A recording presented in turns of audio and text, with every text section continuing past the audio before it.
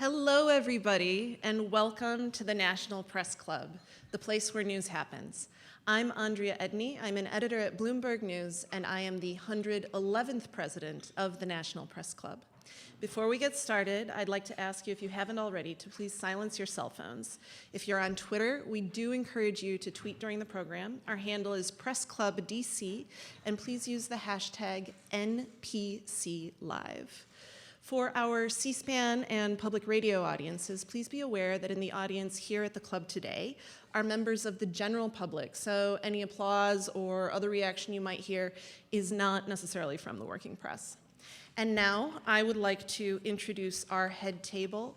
Audience, please hold your applause until everyone has been introduced. So starting from your right, we have Lisa Matthews, who is the video assignment manager for Washington at the Associated Press, and she is co-chair of our National Press Club Headliners team.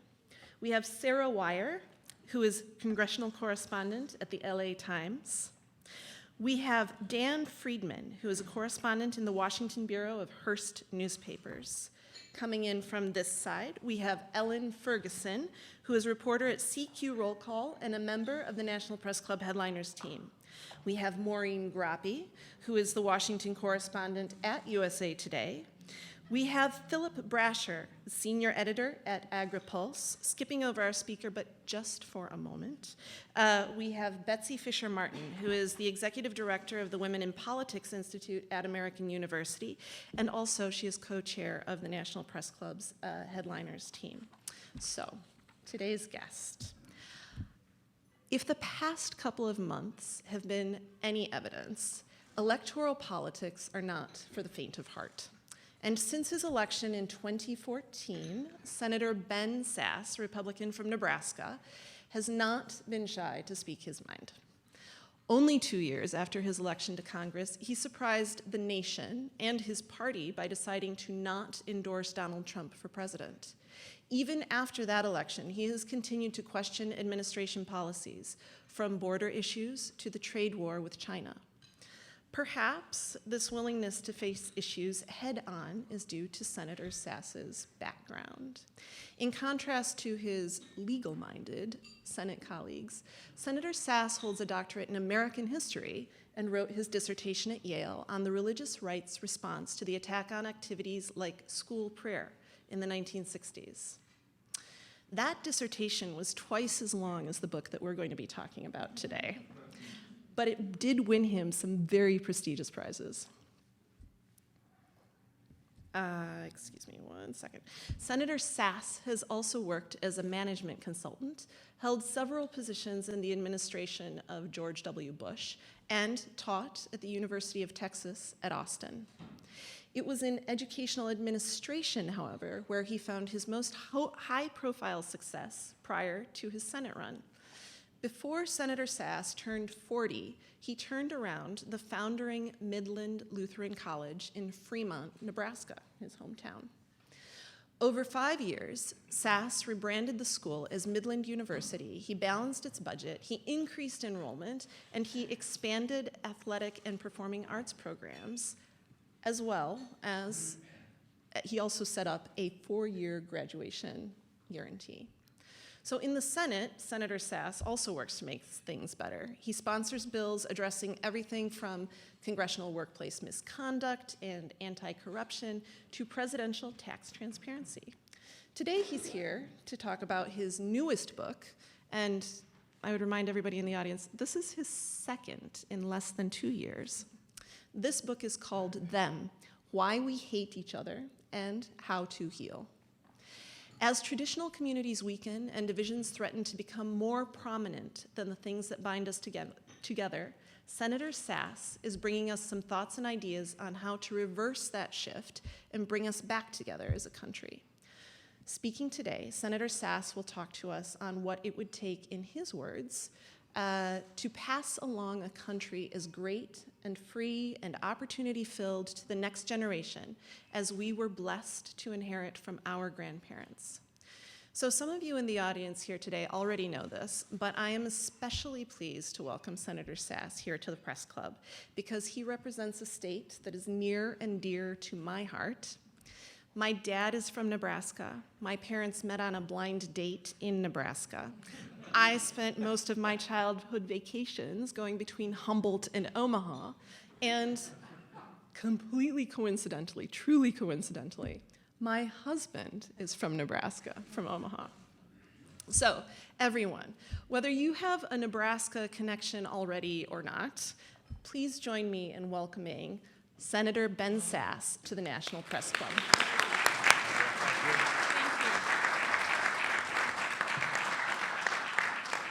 Thank you, Andrea. There's so much that I want to talk about that isn't officially on our agenda, but it feels like she gave us 15 jumping off points. One of which is she mentioned that I wrote a 520-page dissertation. There's an old joke among humanities PhD students that you write a 500-page dissertation because you didn't have time to write a 200-page dissertation. That's what I did in my under-edited project. Up here today, we've been talking about dead animal Twitter. I would like to follow that lead, if we can follow that a few times in question and answer. So if I can tee someone up to please ask about Twitter. I think Twitter is going to be relevant to some of the things we're going to talk around a little bit in my comments today. Dead animal Twitter wasn't something that I thought we'd get to go to, but I have a 7-year-old boy and we live in the country. We have 3 dogs, which is a sign of people who make bad life choices. We also may or may not have outdoor cats. We probably do, but if they're members of the Audubon Society here, I'm not going to claim that these cats are fed by me. But they deliver dead animals to our front stoop every morning. And my 7-year-old and I think that this is something the world needs to know about. So that's the main reason that I'm on Twitter. You also said that the purpose of lunches like this is to try to make news. I want to be a good guest. I'm grateful for the invitation. Betsy, thank you for having me. Andrea, the rest of you.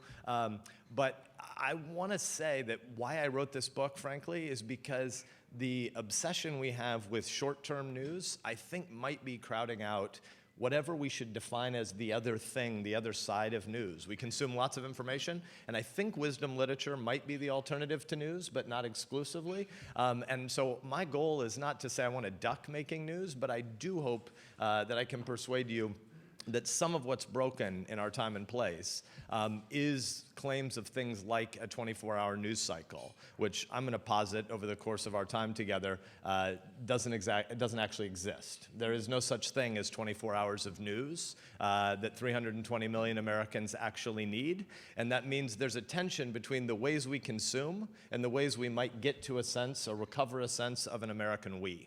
So I'm grateful for the invitation. We're here to talk primarily about the book. I know in question and answer we'll end up in some other places as well. But I want to tell you something about the structure of the book so that then I can dive deeper on 1/3 of it. So I structured this project, Them, Why We Hate Each Other and How to Heal, around the collapse of traditional tribes, the rise of, or the ramping of, political tribalism, or anti-tribes, and then the third, which comprises nearly half of the book, is a constructive argument about what do we do? What does it look like to recover habits of rootedness in a digital age that is increasingly whispering to us, you can be rootless? I think one of the fundamental tensions of the moment in which we live is that the happiness literature is starting to tell us things that people who've had grandparents have probably known for millennia, which is that most everything that drives whether or not humans are happy, are intimately connected to place. The 4 biggest drivers of whether or not you're happy, statistically, are: do you have a nuclear family? Do you have a few deep friendships, not Senate friendships, my good friend, the colleague from such and such state whose throat I'm about to tear out in our debate on the floor, not social media friends, but actual friends? Do you have friends? Number 3, and statistically the number 1 driver, the number 1 correlate with happiness, is do you have meaningful work? Do you have important vocation?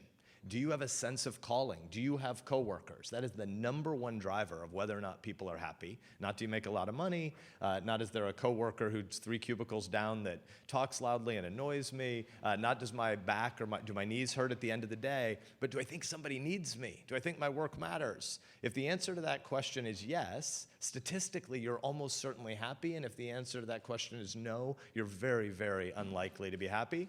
And 4th, do you have a theological or philosophical framework to make sense of death and suffering? Do you have a worshiping community?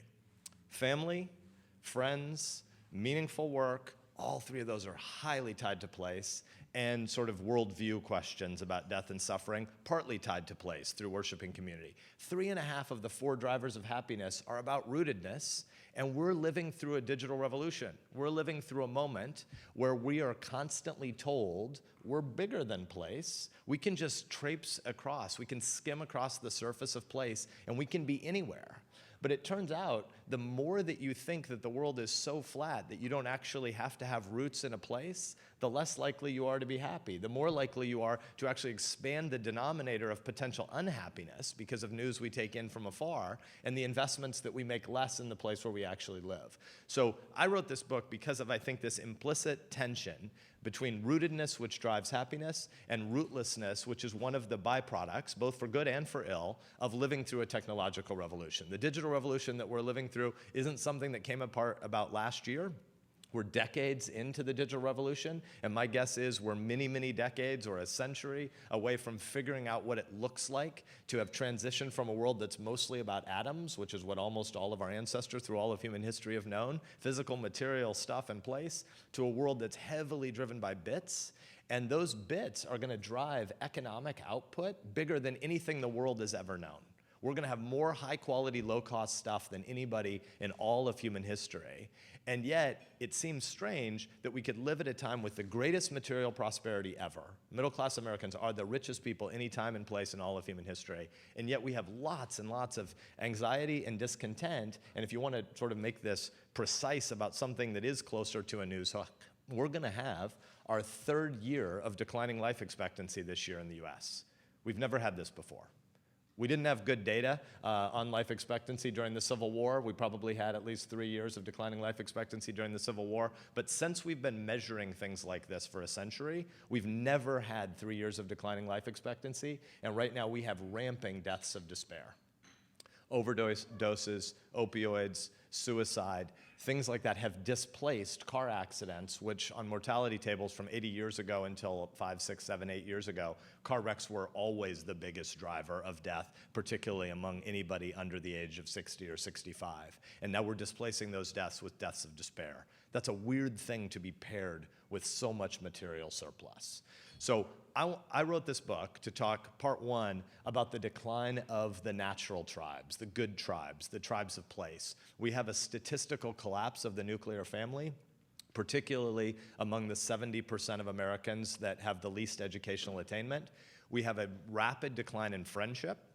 I graduated high school in 1990. The average American had 3.2 friends in 1990. The average American today has 1.8 friends. I'm defining this again in an Aristotelian sense, somebody who loves you. It's not a transactional relationship. It's that if you see someone who's your friend and they're happy, you're happy. You don't choose to be happy, you just are because you love them. When my kids hurt, I have 17 and 14-year-old daughters and a 7-year-old boy. When one of my kids hurts, I don't choose to hurt. I just hurt because they're part of me. I love them, right? A great friendship is like that. It's like somebody in your family. We've had a halving of friendship in America in the last 27 years. At the level of work, we have rapidly declining average duration at a firm. Average duration at a firm in the 1970s, I was born in 1972, average duration at a firm for a primary breadwinner in the 1970s was 2.5 decades. Average duration at a firm for an American today is 4.2 years and getting shorter. What does that mean? It means it's much less likely that you have lifelong coworkers. Guess what? Males in particular are terrible at building new friendships after age 25. And so if you don't have the built-in chance to have coworkers that you just work next to on the assembly line for decade after decade after decade, it's incredibly unlikely that males replace relationships after 30, 35, 40, 45. And as we have more mobility in the economy, not for everybody, but as the economy becomes more mobile in a digital economy over time, a lot of males have this atrophy of relationships. When you ask middle-aged and older men who their best friend is, 60% of them say their wife. When you ask middle-aged and older women who their best friend is, 29% say their husband. There's a lot going on there. There are a whole bunch of culture war fights we have. I have a friend, a couple who live down the road from us in rural Nebraska, and the husband, who's a big stockbroker, announced that he's retiring next year, and his wife's standard line is, oh no, he's gonna have twice as much time and make half as much money. But there's just so much about the way relationships develop over the course of life that when you don't have coworkers over life, it means you have less sense of a shared project, and we're meant for we.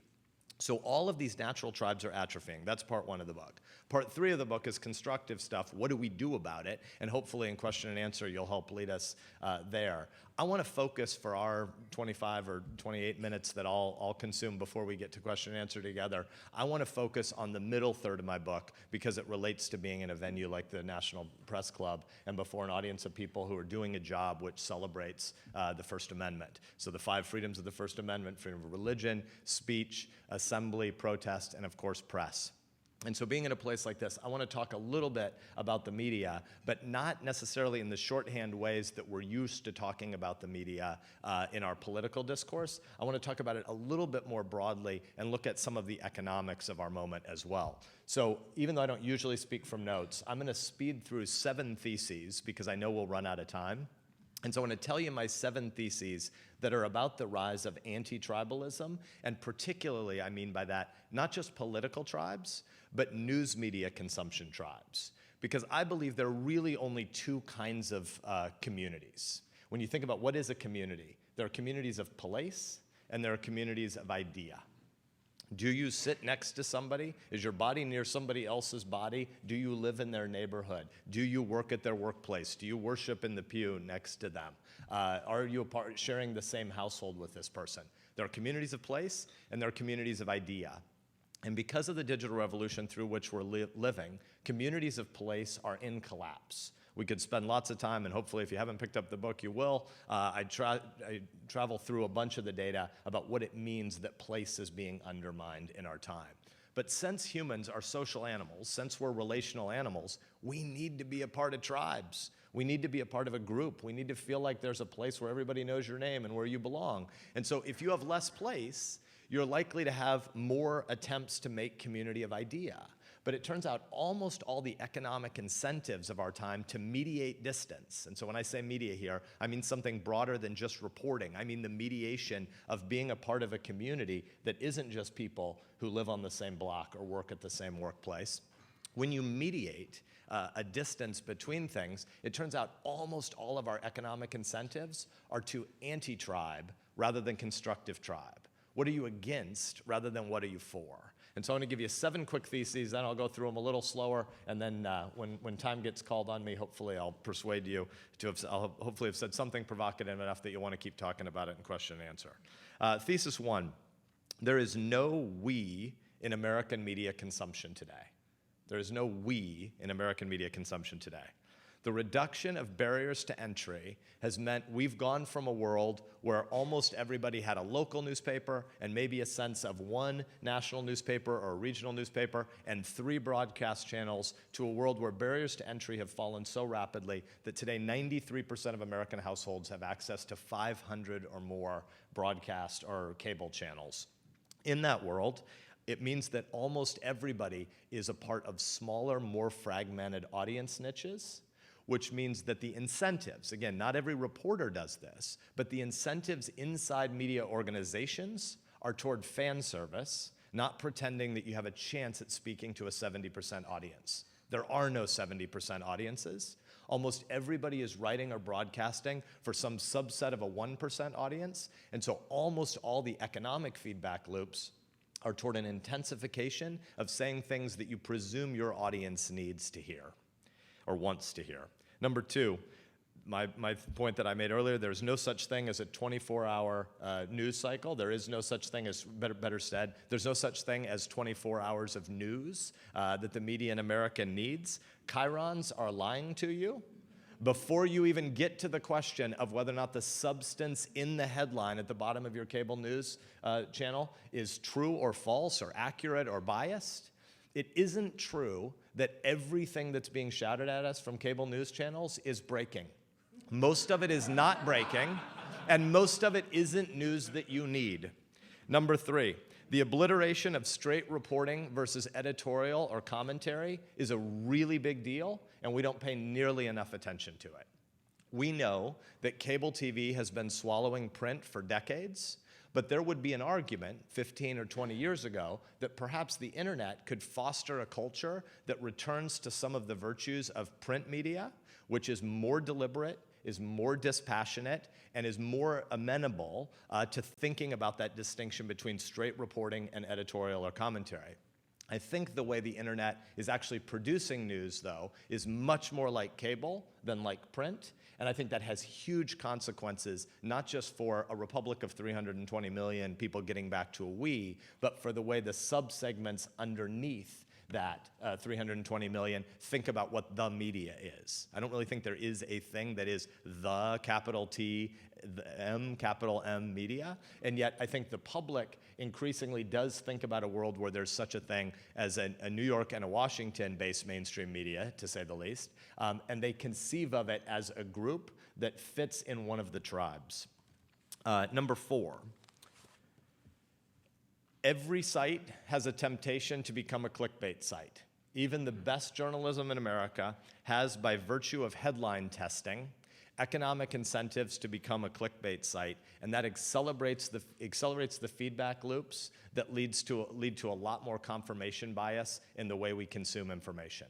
So when there's a lot more information in the world, you might assume that that would mean that we'd end up with a lot more shared news. I think the likely outcome of where we're headed now is toward a lot less shared facts because of the way we consume. Number 5, one of the effects of fragmented consumption is the rise of a Manichaean conception of politics where almost every issue can be thought of as good versus evil. I'll just give you one data point on it here before we go back through this more slowly later. And that is that in the last quarter century, we've gone from 14% of Americans conceiving of the other political party as evil to 41% of Americans thinking of the other political party as evil. A tripling in a quarter century of people who think when we disagree in politics, it's not that Republicans and Democrats or conservatives and progressives think there are unintended consequences of the choices that people on the other end of the spectrum from me might make, but that they're actually ill-motivated. That's a new thing, and it doesn't bode well for a republic.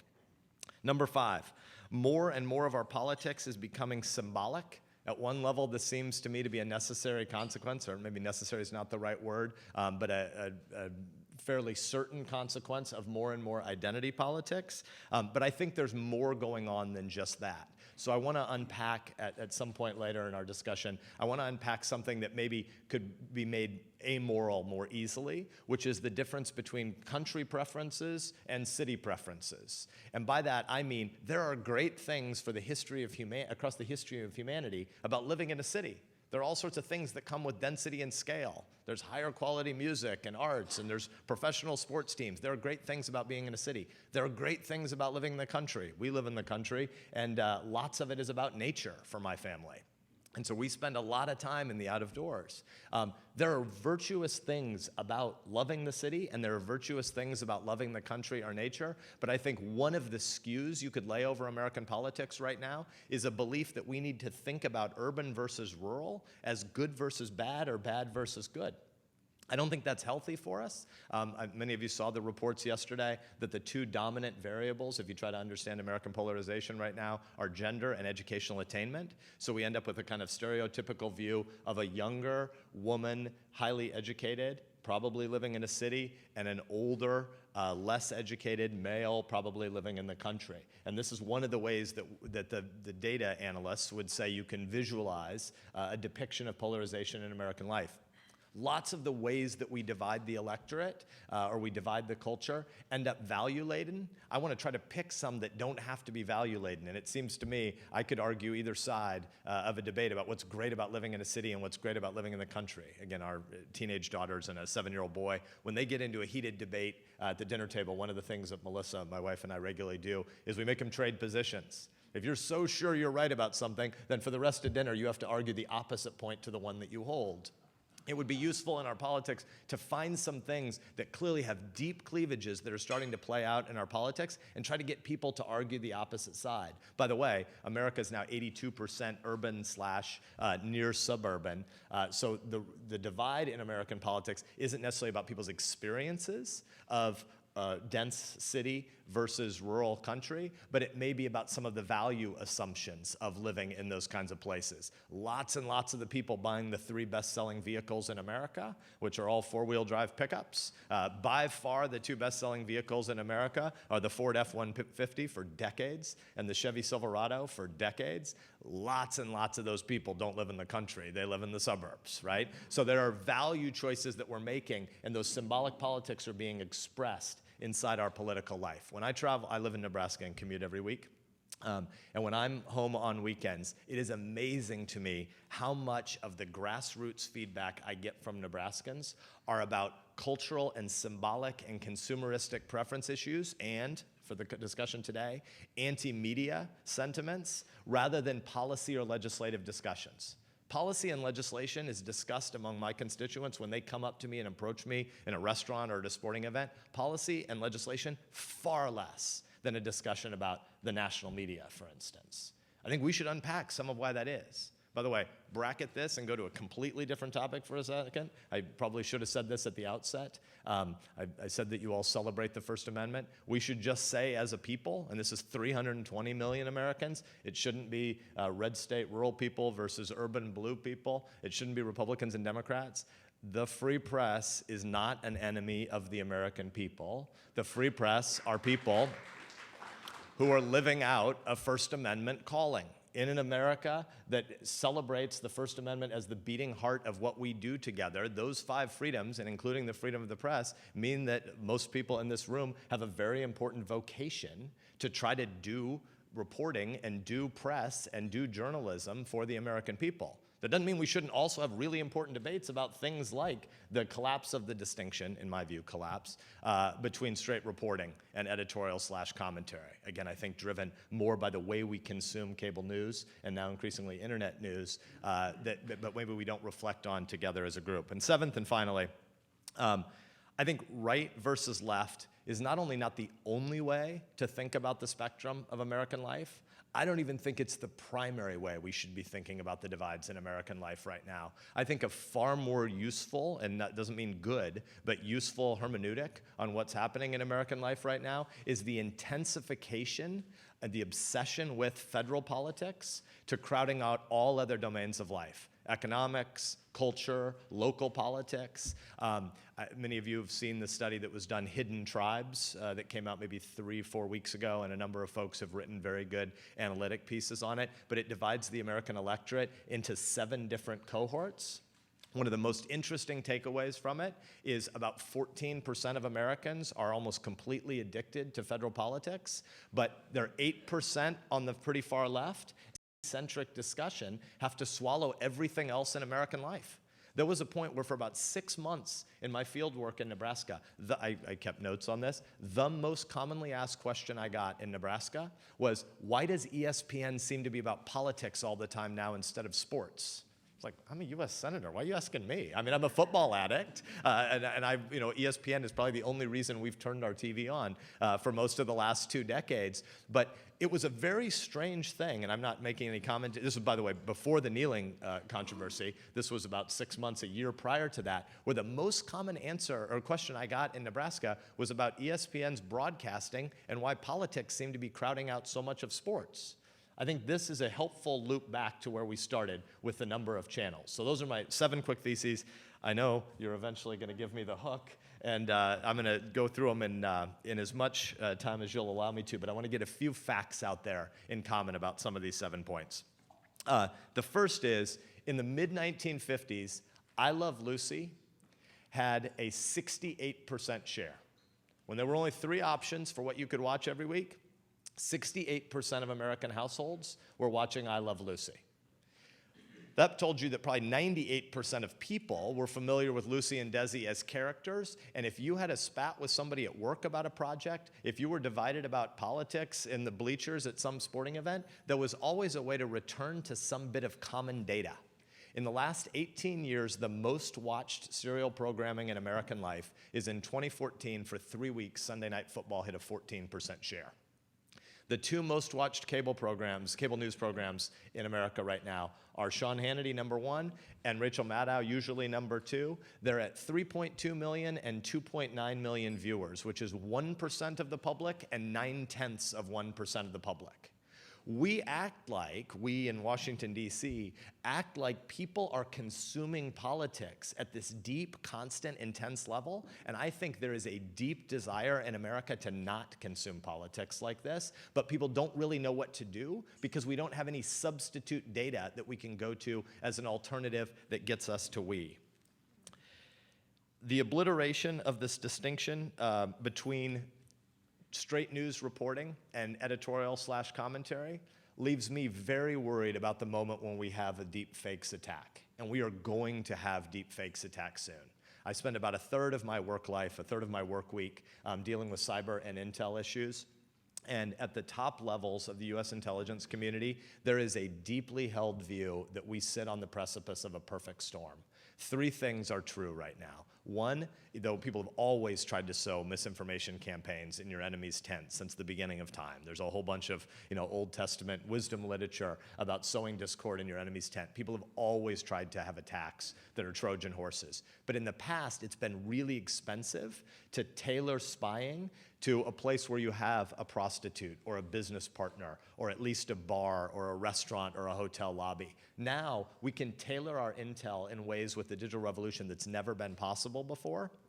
And you have, second, Russia willing to do that tailoring because they have a collapsing domestic economy and they need to figure out ways to unite their public at home, and they want to do it by creating a bad guy abroad. And so Russia is terribly clunky at the misinformation campaigns they do against us. But the real fear in the intelligence community is that China sits right behind Russia, running scout team offense, looking at everything that Russia's doing and getting better and better and better for the moment when they want to do this. And the third variable of the deepfakes revolution that we sit on the verge of is simply the fact that we are so divided. Whether the issue is race, geography, gender, guns, urban, rural, there are so many different variables that you can pick at scabs on us about.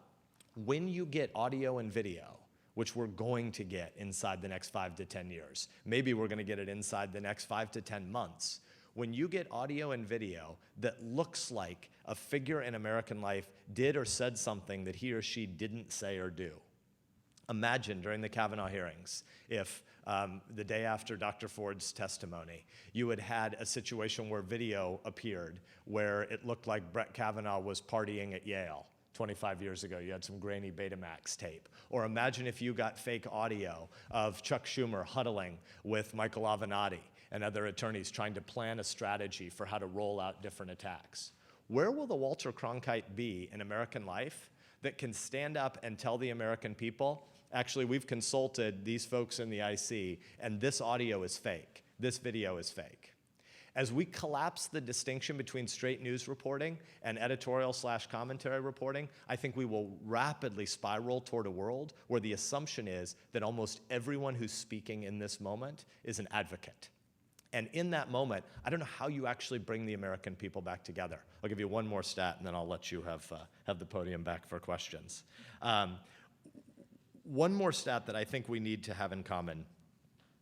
I actually want to do 6 of them, and I know I'm not going to get away with doing that since I promised. Pick one. You might get to more of them, but we want some. The general public has a 67% response rate to the question, do you trust the media right now?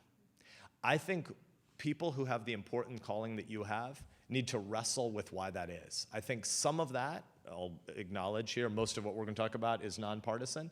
Some of that is political bias inside big parts of the media establishment because of shared background, meaning that folks who work in journalism are far more likely to live in one of 2 big eastern cities and to be much more highly educated than the American people and to make a lot of similar assumptions about political and legislative priorities. But I think lots of it is actually these structural questions about the way we're consuming information. And in a world where most people who work in media organizations. Again, that's not to say the same thing as being a direct reporter, but most people who work in media organizations have structural incentives to get the people who came to your website yesterday to come back to your website or your newscast tomorrow.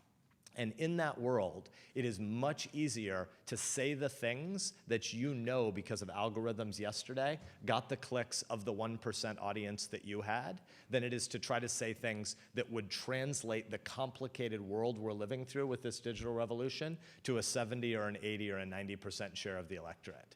I've heard people in both broadcast cable and in New York Magazine publishing make the exact same quote to me. There are only two kinds of stories that we run now. We run stories to make the people who love us more, and we love to run stories that make the people who hate us outraged.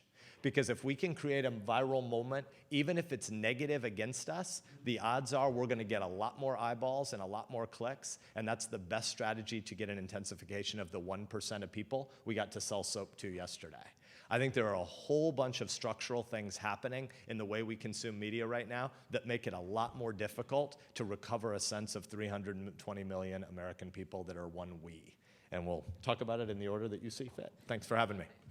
Well, thank you. You can keep the podium.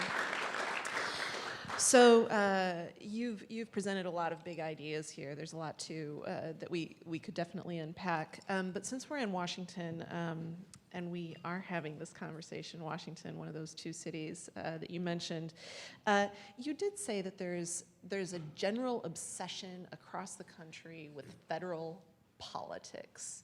And I know you touch on this in the book. You say this is a newer thing.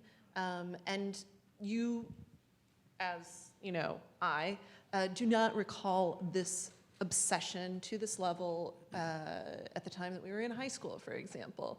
If I'm getting that right from the book, yeah. So can you talk a little bit about that? How recent do you think it is? And just as importantly, or more importantly, why and what do you think would need to change for that to change? Yeah, thanks. So I do believe that the rise of anti-tribalism is a response to the collapse of these traditional natural tribes, which is the tribes of place that have historically given people a sense of we. When they atrophy, you need a new sense of we. And having a shared enemy is not a good enough sense of we, but it's at least a common experience that people have. Again, I Love Lucy wasn't meaningful content, it wasn't important, but it was broadly shared. When 68% of households are tuning into that, there was a sense of something that everybody had as common grammar. We don't have any of that common grammar right now. So when you have half as many friendships, when you have a statistical collapse of the nuclear family, again, Robert Putnam has done some very important work that the most important to America's divide is essentially the high attainment educational mobile class, which is about 31% of America. If you grew up in a house where either mom or dad graduated from college, you're in the upper 31% of America. And if you grew up in a house where you had one parent, or if you had two, but neither of them graduated from college, you're in the 69% of America. And in that 69% of America right now, the fatherlessness crisis is an epidemic that's hard probably for you all to write about, because what's the news hook to write about it today? But it's infinitely more important than almost anything else that we're talking about in this city. When you look at the collapse of these traditional tribes, it means people look for groups to identify with that are farther away because they don't have the local ones. And right now we're being served lots and lots of content that's mostly oppositional content instead of aspirational content. And so I think the ways that we consume media and the download speeds that followed the introduction of the iPhone in 2007 continue to exacerbate this curve. So a lot of this is obviously, a lot of the news that is produced because people want to read particular types of news, right? When we're talking about clicks, we're talking about choices that people are making and the types of things that they read. So how do you think education plays a role in this? You talked about education and upward mobility here. So do you think that there is something we should be doing at the high school level or junior high or elementary school level to help our citizens become more informed and critical consumers of news, which could perhaps help them get to a place where they're clicking on something that's more than sensationalistic. Yeah, thank you. I do think that one of the questions that all of us should be asking our kids and our teachers, we should ask our teachers if they're asking of our kids, is what's your definition of news?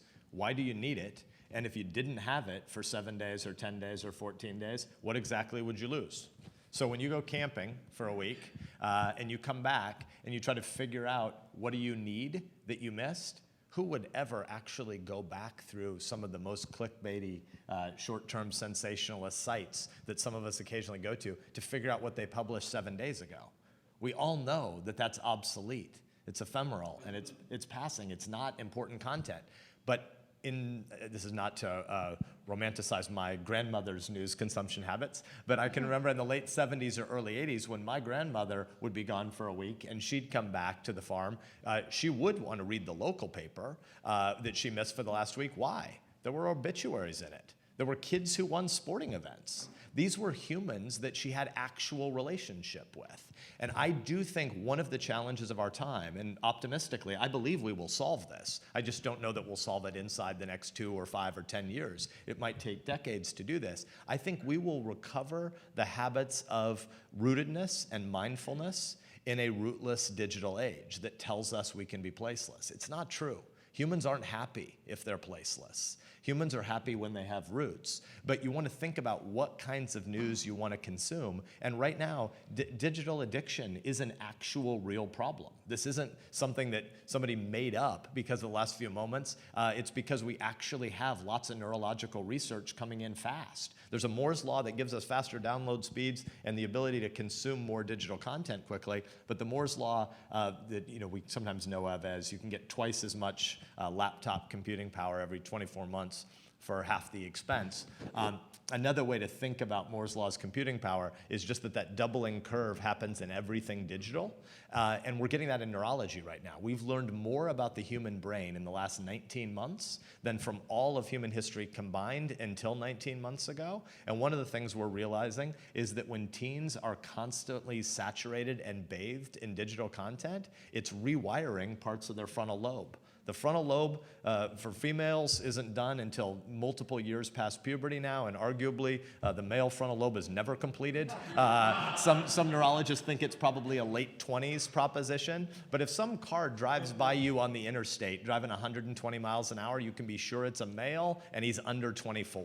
Right? The insurance company algorithms about what to charge you on property and casualty aren't random. They're based on human experience. But what we're learning about the brain is the rewiring of the brain with digital addictions is fast, and it's not good for us. But we haven't figured out how to learn those new shared habits of what it looks like to do mindfulness and rootedness in a digital age. What do you think needs to happen in order for people to look to consume information that will make them feel rooted? Because something has to prompt that. Something needs to change, right? Yeah, I think the collapse of local journalism is a really horrible thing, right? Because one of the things that local journalism does is it tells our stories of people that have shared place. So shared idea is really important. Theology is the most important anchor in my life, and that unites me to people across time and place, not just in my local worshiping community. But one of the things about ideas that transcend place is they lead us to sometimes think that place itself doesn't matter. And since that's not true, one of the best ways to develop those habits of rootedness would be to have shared stories with people who are in your place. And so I think the collapse of local reporting is a big and bad thing. When it's harvest season right now in Nebraska, and so when we were at a grain elevator yesterday, where there is so much corn being harvested, we're living, because of the digital revolution, the agricultural revolution continues to ramp. We produce more per acre than anybody in all of human history has ever conceived of as possible. Our grain elevators can't take all the corn. We also in Nebraska had a really wet season, so a lot of people are just late getting some of their crop out. But when you take all that grain and you go to sell it to the elevator to put it on trains, the elevators are full. They can't take it. And so a lot of our grain is being dumped in giant piles next to the elevator. Lots of things happen because of that. One of them is that lots of extra deer come to steal the grain that's not in an elevator, and then you hit them in your car. And so when you're near a grain elevator and you're talking to these farmers who are harvesting, one of the most common topics is the fact that there's a technological substitution for labor happening in the local community. That is, this huge output is happening, but with lots fewer labor inputs. And so when you're in small town Nebraska, 93 counties in Nebraska, and 3 or 4 of the counties are kind of urban around Omaha and Lincoln, and the rest of them are very rural places, people are leaving those counties, and there's not a sense you're gonna need kids again, right? And so people aren't moving back to those counties, and so we're having massive outmigration in these counties, and the stories that you used to tell that were generational are now aging populations. And so you have a combination of the economics of journalism with an outmigration of young people in these communities. And there's an attempt to figure out what does rootedness look like. I think lots of the recentering of America around 100 to 300 metros require different kinds of storytelling. And we haven't figured out what that suburban journalism will look like. What do you, so about local, about local press. What do you think can or should be done to restore a vibrant local press? Because there are a lot of reasons, obviously, for the collapse, right? Well, I mean, I think one thing is, to your point about the symbiotic relationship between the supply side of journalism and the consumption side, some of why a lot of clickbaity, cotton candy stories are written is because a lot of us read clickbaity cotton candy stories. We're going to need to have more of 320 million Americans embrace the idea that you want to consume good local content. That actually just requires knowing your neighbors more. Statistically, happiness is highly correlated with knowing the people who live 2 doors away from you. Happiness is not correlated with going from 200 to 500 social media friends, or from 500 to 1,000 social media friends. Some of the studies that have been done on this show that once you get to a certain point, there's actually declining happiness as you spend more and more of your time and energy grooming a digital and an online profile, which displaces your actual embodied relationships. Social media is beneficial when it's augmenting relationships you already have, not when it's substituting for relationships that you should have or used to have. I'm sometimes active on Twitter, but I take a lot of Sabbaths and fasts from it because the place is so darn toxic. Most recently, so 7 months, right? I took 7 months off of Twitter starting at Christmas last year and only went back this summer when my wife and I had a long conversation about the rules of how we were going to conceive of when and where Twitter would be allowed in our lives. But I really think of my Twitter account as for 20 of my buddies. Like guys that I was friends with in college, that we don't live the same place, but we get together once every 6 months to 2 years. We just view Twitter as public-facing email for a small group of actual humans, rather than something that's done for an abstraction that is all these weirdos in the comments section who, tell you in detailed ways, the ways they'd like to dismember you. I think a huge part of what's going to be required is figuring out how to use digital and social technologies to augment relationships of place instead of substitute for them. Do you think, when we're talking about newspapers, one more question on these, along these lines, and then I have some other questions for you. We've received so many questions from the audience today. Thank you for those. Do you think newspapers should continue to endorse candidates, local or national, right, newspapers? Or does it blend the lines too much and seem partisan to readers who don't always understand the difference between news and opinion pages? That's a great question. I haven't thought about it much. It seems to me that the editorial page of a newspaper is a defined space that people understand what it's there to do. It's a different thing than the front page of a paper. When I was a little kid, a Nebraska football addict, we're the winningest team of the last 50 years, in case you're curious. We've had a bumpy last couple of years. We're on a 2-game winning streak, by the way. But that followed a 6-game losing streak. You're not supposed to know that fact. But when I was a kid, I wanted to get to The sports section every morning when I got the Omaha World Herald off our front stoop. My dad's requirement was you had to read a story on the front page and you had to read a story on the editorial page before I was allowed to turn to the sports section. The distinction was pretty deeply ingrained. I think the bigger problem we face is that, and again, this is not to beat up on particular reporters, either in this room or elsewhere, but right now the incentives, even for print journalists, is often to get on cable news to talk about your story in a format that often has a lot of kind of quippy, not for everybody, but there's a quippy certainty about the way we do cable news consumption that often causes the editorial culture of the cable news format to consume even straight news reporting. And I go back to that Walter Cronkite question about what happens when there's fake audio and video. So the thing I want to see is more trusted brands, both actual journalistic enterprises and individual reporters who could be trusted by the American people in a time of crisis. And I think we're obliterating that distinction between editorial and straight news reporting in the national context. At the local level, endorsing candidates, it seems to me most consumers of the Fremont Tribune, the little paper in the 25,000 person town nearest where we live, they understand the distinction between what's on the editorial page and what's on the front page. That's great.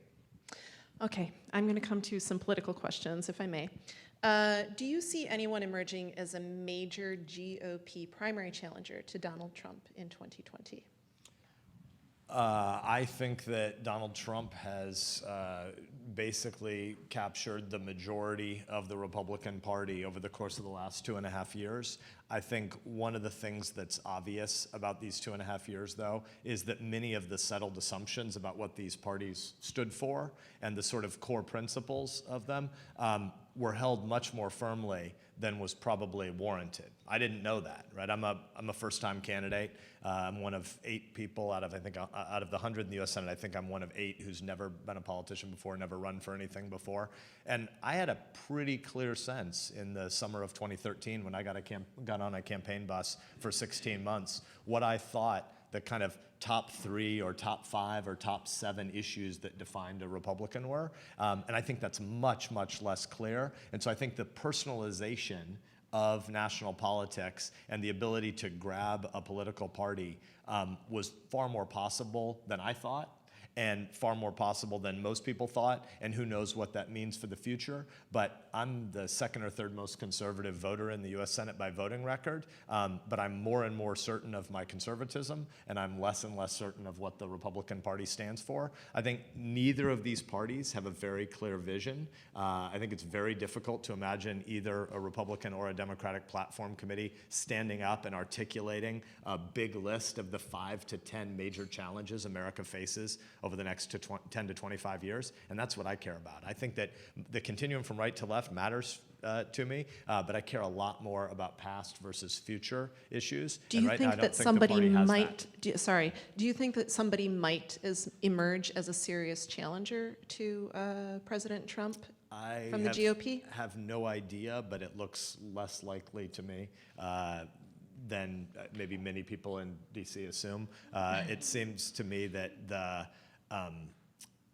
Republican Party's electorate is pretty comfortable with the anti-positions that President Trump takes on a lot of issues. That's different than having a shared constructive sense of what our party's for. Will you run for elected office again?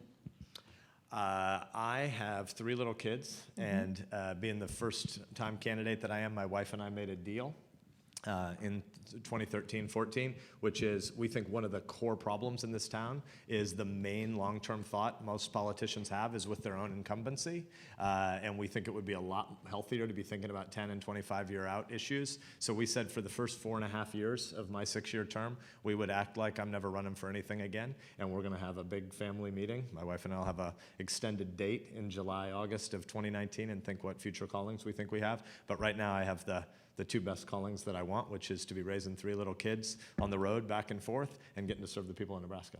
Sounds like we should have you back in a little less than a year's time.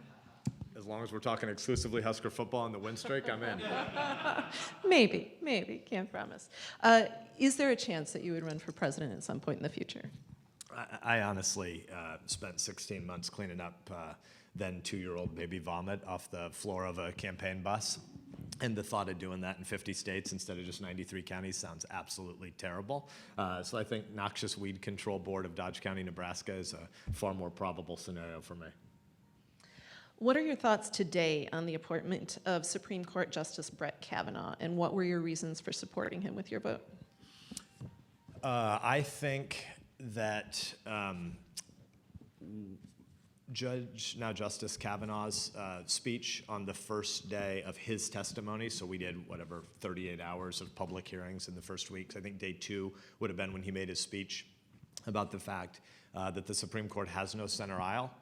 There are no caucus rooms at the Supreme Court, and I often use the language of black robes rather than red or blue partisan jerseys that justices wear. They're supposed to shroud all personal policy preferences they may have now or they may have articulated in the past.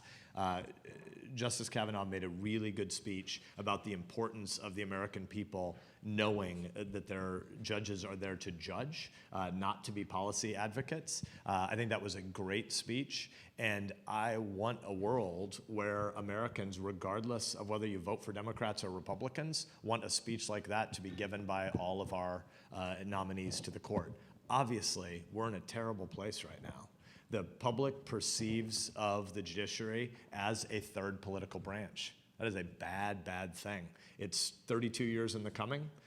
Going back to the Bork nomination in 1987, there has been an increasing Hatfield's and McCoy's sense that every next nominee should be the next bloodbath to the end of time. And we already know what it looks like in Venezuela when you have fistfights in the legislature. We know what it looks like when you politicize more and more of government and when you have a sense in the judiciary that it's also another political branch. That is a terrible thing. And the way the confirmations have gone over the last 32 years lead the American people to presume that the curve is going to continue to decline. And we've got a big problem. And I don't think any of us have a great idea about how we fix it. Ultimately, the Senate is given by the Constitution 2 verbs, 2 charges, advice and consent. I gave advice to the president in the summer of 2018 about the candidate that I thought was the single best candidate he could have nominated. Who was that? I haven't named her, but... Could you name her now? I don't think so, because I probably will be advising again in the future. So I advocated hard for one person, but the president's short list of 4 was all strong. I think the list that he ran on, by the way, is an important innovation in American life. No one's done that before. I hope future presidential nominees of both parties do that, run on an explicit list. One of the most important powers a president has is nominating people to the judiciary, and telling the electorate who you'd nominate for the Supreme Court, I think, is an important innovation. I hope people do it in the future. The president's list was good. He stuck to his list. I'm glad he's done that, and I think all 4 of his finalists were strong. And ultimately, I spent about 150 hours reading materials and consulting. The FBI did its 7th background investigation, which included another 146 interviews, and I ultimately came to the conclusion that the yes vote was the right vote. What do you think the likelihood of President Donald Trump's administration getting a 3rd pick for Supreme Court justice? What do you think the likelihood of that is? I'm a data nerd, so as a historian, I would want to consult what the frequency of next vacancy is, but it seems to me relatively high. Right? I mean, the president's going to be president for 2 more or 6 more years, but even if only 2 years, we have an elderly Supreme Court. And somebody could resign. Right. For example. If that happens, who do you think the pick should be? I have an interesting relationship with the president. There are a broad range of topics that we wrestle through. Some things I agree with him on, some things I disagree with him on. But my basic tradition has been I want him, as I think all 320 million Americans should want him to succeed in the most important parts of his calling, to steward Article 2 of the Constitution for this time. And so I give him advice in private, and sometimes I argue with him in private, and then some subset of the things I argue with him about in private I discuss in public. But since I plan to lobby him on future Supreme Court vacancies, I think I'll keep that counsel private. Is it somebody who's already on the list that was submitted? Sorry? Is it somebody whose name we've already seen on that list? Most of my recommendations have All been right, related all right. to the list. All right, let me ask you we are coming super close on time, and I wish that we had another, hour to talk about different things. But you sit on the Senate Judiciary Committee, which has oversight over the Justice Department. Do you think the Justice Department is doing a good job supervising the Special Counsel probe run by Robert Mueller? I do. I think that Robert Mueller is a very important public service with a distinguished career, and his investigation needs to run its full course. Let me throw in just one question about Russia. What do you think? Do you think that we are doing enough to counter or stop election interference from, for example, Russia or China? And if the answer to that is no, what do you think we should be doing? The answer to that is no, but we're improving. So a number of good things are happening, one of which is that the secretaries of state across the country have relied on the Department of Homeland Security much more in recent months. In our constitutional system, elections are held at the state level, and you have more and more states availing themselves of a lot of resources from Homeland Security. That's helpful. I think we've done more, both Article 1 and Article 2, to call out Russian interference. There's still way, way too much of it.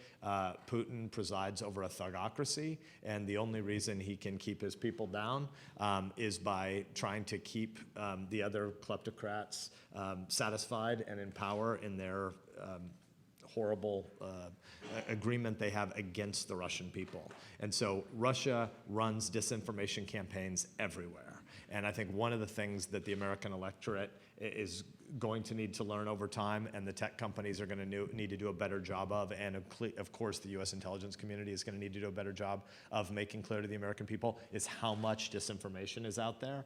But during the kneeling controversy, for instance, and I cite this one only because this one is now public, and most of the disinformation campaigns Russia runs are not always in public. But in the first 72 hours after the president decided to go after Kaepernick a year ago, the two fastest trending hashtags in social media over the next 72 hours were hashtag stand for the anthem and hashtag take a knee at NFL. A huge share of both of those were majority Russian.